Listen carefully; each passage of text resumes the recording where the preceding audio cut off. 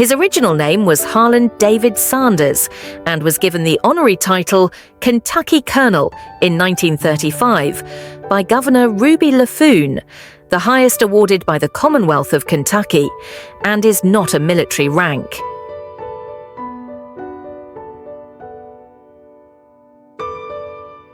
Harland David Sanders was born on September 9, 1890 in Henryville, Indiana. His father, Wilbur David Sanders, was a farmer who died when Harland was just 6 years old. This tragic event left his mother, Margaret Ann Sanders, to support the family alone. To help his mother, young Harland began cooking and taking care of his siblings while his mother worked. By the time he was 7, he had become proficient in preparing simple meals. Harland struggled academically and dropped out of school in 7th grade. At 13, he left home to work on a nearby farm, marking the start of a long series of jobs.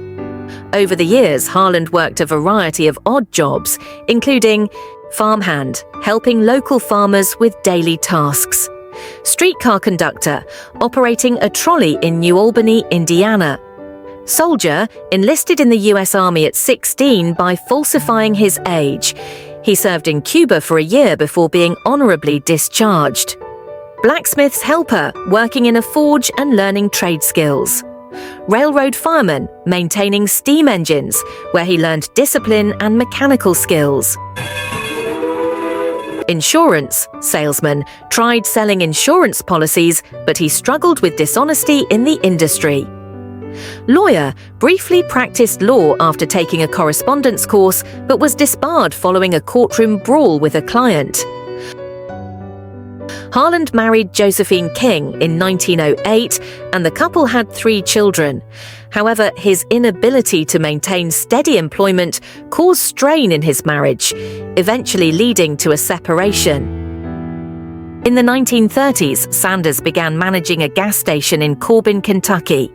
To supplement his income, he started cooking meals for travelers. His food became popular, and soon people were stopping by specifically for his fried chicken.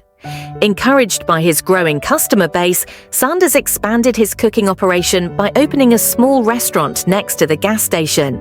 He served a range of dishes, but his fried chicken was the highlight.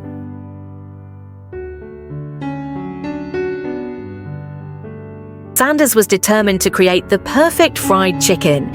He experimented with various seasonings and cooking techniques, eventually developing his secret blend of 11 herbs and spices. He also began using a pressure fryer, which reduced cooking time while preserving flavor and texture.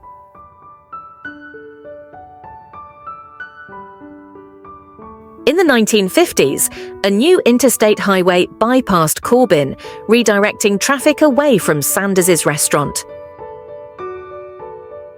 At age 65, Sanders auctioned off his property to pay debts and was left with his savings and a Social Security check of $105. Refusing to give up, Sanders decided to franchise his chicken recipe. He traveled across the country in his car, cooking for restaurant owners and offering them a deal. They could use his recipe in exchange for a small fee for every chicken sold. Franchising success.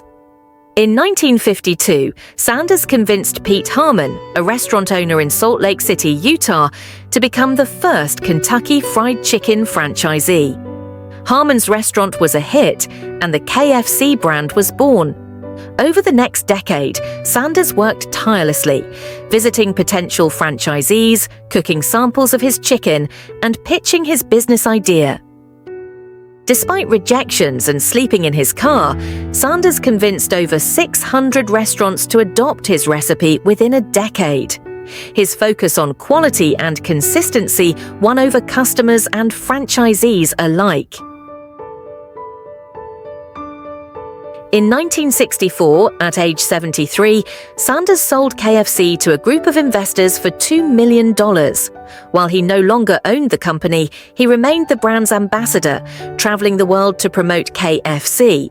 Sanders often visited KFC outlets to ensure quality control. If a franchise failed to meet his standards, he didn't hesitate to voice his concerns. By the time of his death in 1980, KFC had become a global fast food chain with thousands of restaurants worldwide. Colonel Sanders' story is a testament to resilience, proving that it's never too late to achieve success. From a struggling boy in Indiana to the face of a billion-dollar brand, Sanders' journey inspires millions. Harlan Sanders' life was filled with setbacks and challenges, but his perseverance and passion for quality turned his struggles into a global success story. Today, KFC continues to thrive, serving Sanders' iconic recipe to millions, while his legacy remains an enduring symbol of determination and grit. I've only had 2 rules: do all you can and do it the best you can. It's the only way you ever get that feeling of accomplishing something.